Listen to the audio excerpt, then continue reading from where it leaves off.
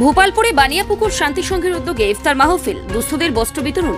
পবিত্র রমজান মাস উপলক্ষে রায়গঞ্জ থানার অন্তর্গত ভোপালপুরে বানিয়াপুকুর শান্তি সংঘের উদ্যোগে অনুষ্ঠিত হলো ইফতার মাহফিল। সোমবার ক্লাব প্রাঙ্গণে আয়োজিত এই অনুষ্ঠানে প্রায় 5 শতাধিক মানুষ জাতি, ধর্ম ও বর্ণ নির্বিশেষে অংশগ্রহণ করেন। ইফতার মাহফিলকে কেন্দ্র করেই এলাকায় সম্প্রীতি ও সৌহার্দ্যের পরিবেশ লক্ষ্য করা যায়। অনুষ্ঠানে ইফতারের পাশাপাশি দুস্থ ও অসহায় মানুষের হাতে বস্ত্র বিতরণ করা হয়। এলাকার বহু সাধারণ মানুষ ও প্রয়োজনীয় পরিবার এই সহায়তা পেয়ে উপকৃত হন।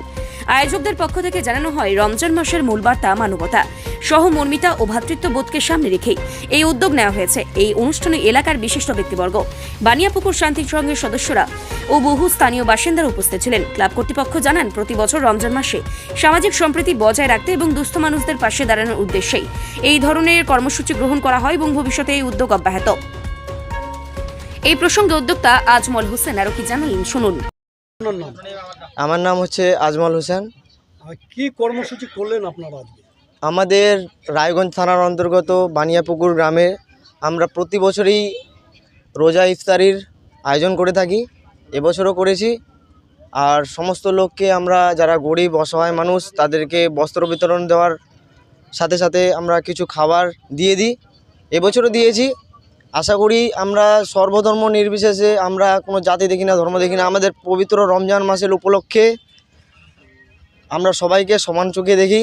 আর যা এখন চলছে দেখতেই তো পাচ্ছেন আপনারা, ধর্ম নিয়ে, কিন্তু আমাদের এই পবিত্র রমজান মাসে আমরা যতটুকু পেরেছি আমাদের গ্রামের মানুষ এবং আমাদের শহরের প্রত্যেকটা মানুষকে আমরা এই বার্তাটি পৌঁছে দিয়ে থাকি যে সবাই যেন আমাদের মতন, হিন্দু মুসলিম যতজন আমাদের ধর্ম আছে, সবাই যেন আমরা একত্রিতভাবে চলে থাকি। এভাবেই যেন আমাদের ভারতবর্ষ চলতে থাকে। না, এটা হচ্ছে আমাদের ৫ম আয়োজন। আমরা প্রথমে অল্প করে করেছিলাম, ধীরে ধীরে আমাদের সদস্যের সংখ্যা বেড়েছে, আমাদের সাহায্যের হাত আরও বেড়েছে। আশা করি এবছর ৫ম আরও মোটামুটি ভালোভাবে করেছি। নেক্সট ইয়ার আমাদের 2027 এবং 28 পরবর্তী বছরেও আমরা খুব সুন্দরভাবে এটি করব, আরও সুন্দরভাবে লোকের কাছে এই বার্তাটি পৌঁছে দেওয়ার চেষ্টা করব। কারা কারা ছিলেন আজকে উপস্থিত? আমাদের প্রেসিডেন্ট ছিল ব্লক আমাদের হায়দর আলী, আর ইনাদের সাথে সাথে এই যে ফারুকদা, এই আমাদের সমস্ত ক্লাবের সমস্ত বানিয়াপুকুর গ্রামের সদস্য সবাই ছিল। বানিয়াপুকুরের এক্স মেম্বার শহীদুল, ইনিও ছিলেন। আর তাছাড়াও আমাদের কিছু কিছু লোক আছে যারা সাহায্যের হাত বাড়িয়ে দিয়েছে, কিন্তু এখানে উপস্থিত নেই। তিনাদেরকে অসংখ্য ধন্যবাদ, এবং সবাই যেন এভাবে আমাদের সাহায্যের হাত আরও বেরিয়ে দেয়, আমরা মানুষের জন্য আরও সেবা করতে পারি। এই প্রসঙ্গে আরো এক উদ্যোক্তা ফারুক হোসেন কি বললেন, শুনুন। প্রথমে দাদা, আপনার নাম? আমার নাম ফারুক হোসেন। এই জায়গাটার নাম? বানিয়াপুকুর। কি উপলক্ষে এবং কারা কি কর্মসূচি করলেন? বানিয়াপুকুর শান্তি সংঘের পরিচালনায় প্রতি বছরের নেই, এবছরও বস্ত্র বিতরণ ও ইফতারের আয়োজন করা হয়েছে। মোটামুটি 5 থেকে 600 লোকের আয়োজন করা হয়ে থাকে প্রতি বছরই। এবছরও আমরা সফলভাবে করতে পেরেছি। তো এই ধরনের কর্মসূচি করতে পেরে কেমন লাগছে?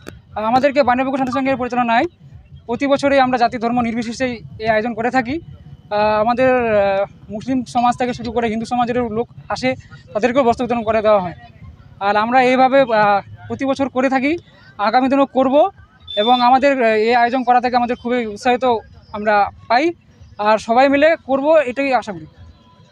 আপনাদের তো এটা একটা বড় উৎসব, তো আজকে আবার এত সুন্দর আয়োজন, তো কি বার্তা থাকবে এই সম্পর্কে?